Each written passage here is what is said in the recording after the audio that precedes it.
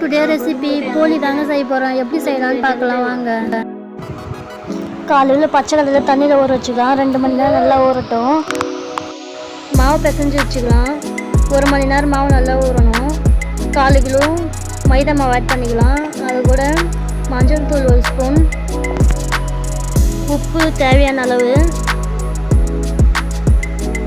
Idli soda 1/4 teaspoon போட்டு நல்லா பிசைஞ்சுக்கோங்க. சப்பாத்தி மாவு பதத்துக்கு வரணும். கொஞ்சம் கொஞ்சமாக தண்ணி ஊற்றி பிசைஞ்சுக்கோங்க. எண்ணெய் கொஞ்சம் ஆட் பண்ணிக்கோங்க.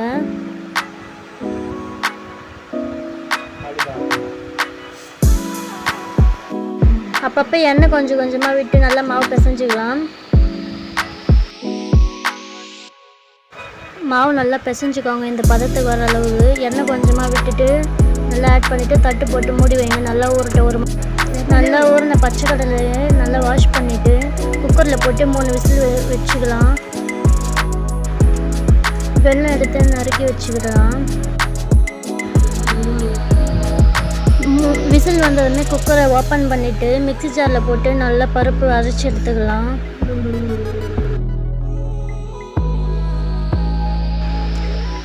இந்த அளவுக்கு வர மாதிரி நல்லா அரைச்சி எடுத்துக்கோங்க. ஸ்டஃபிங் ரெடி பண்ணிக்கலாம். ஒரு பாத்திரத்தில் தண்ணி ஊற்றிக்கலாம்.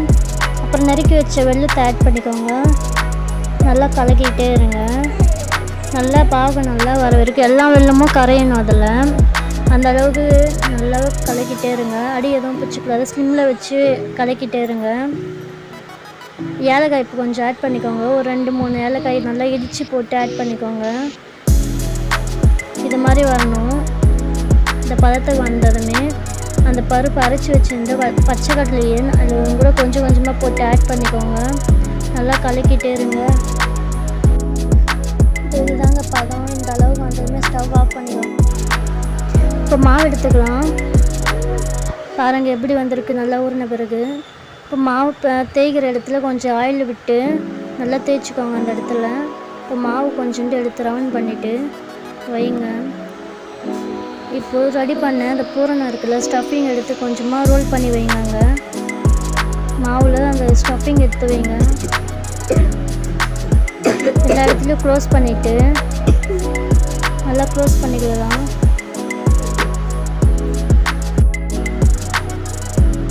பாருங்கள் எப்படி பண்ணுறோன்னு.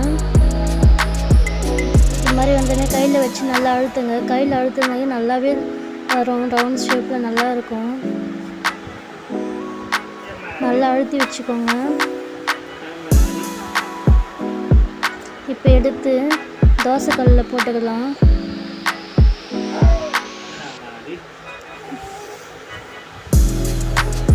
தோசைக்கல்லில் போட்டாச்சு. ஸ்லிம்மில் வச்சு நல்லா வேகட்டுங்க. மேலே ப்ரௌன் கலரில் அது மாதிரி டாட்டாக வரல, அந்த அளவுக்கு இருக்கட்டும். இப்போ திருப்பி போட்டுக்கிடலாம். பாருங்கள் எப்படி இருக்குது. இந்த மாதிரி வந்ததும் அவ்வளோதான், ரெடி ஆயிடுச்சு போலி. இப்போ இருக்கிறது எல்லாத்தையும் செஞ்சு எடுத்துக்கலாம். பாருங்கள் சூப்பராக இருக்குது.